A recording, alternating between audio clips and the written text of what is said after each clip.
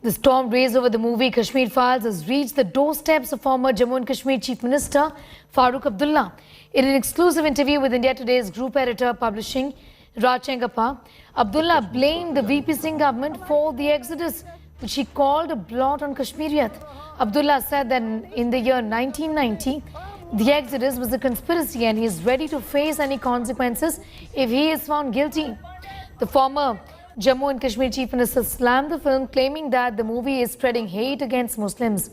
He was the Chief Minister of Jammu and Kashmir. Days ahead, the mass exodus of Kashmiri Pandits. Abdullah is blamed for inaction during the radicalization of Kashmiri youth and fleeing Kashmir when the situation worsened.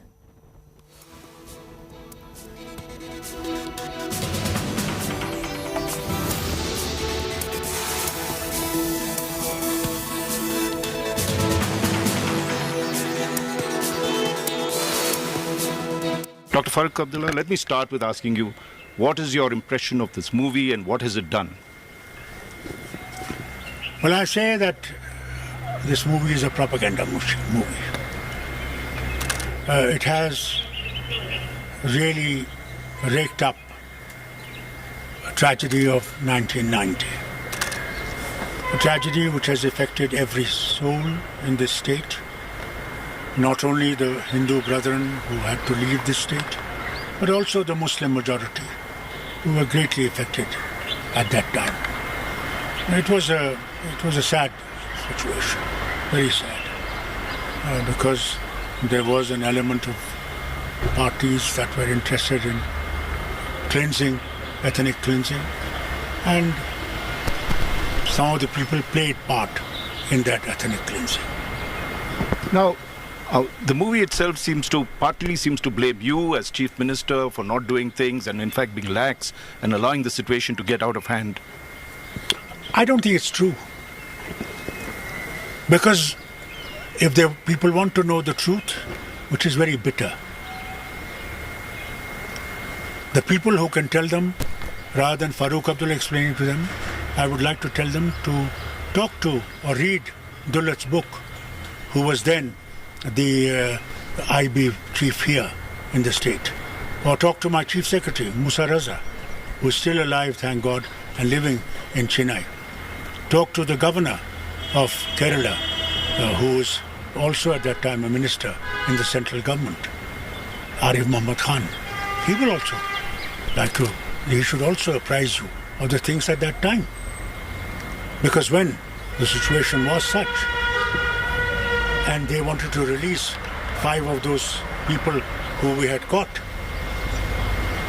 I refused to release them. This is when you're talking about Rubaiyat Saeed's kidnapping and the fact that it was held and you were Chief Minister at that exactly, time. I was Chief Minister. And the government of India was led by VP Singh and his associates were also from BJP. They were supporting his government. So the point here was that I said to them, don't do it because it will be a terrible tragedy for the nation. A nation will pay a heavy price in future. They didn't listen. So much so, I was told that if you don't do it, we will dismiss you. I said, give it to me in writing, that your cabinet has asked for this thing. Because what will happen now, it will be the last nail in the coffin of India in this state. You are responsible for it now. Then, second incident that took place was when the plane was hijacked and they wanted to take those 3 people from here. And begged them, don't do it.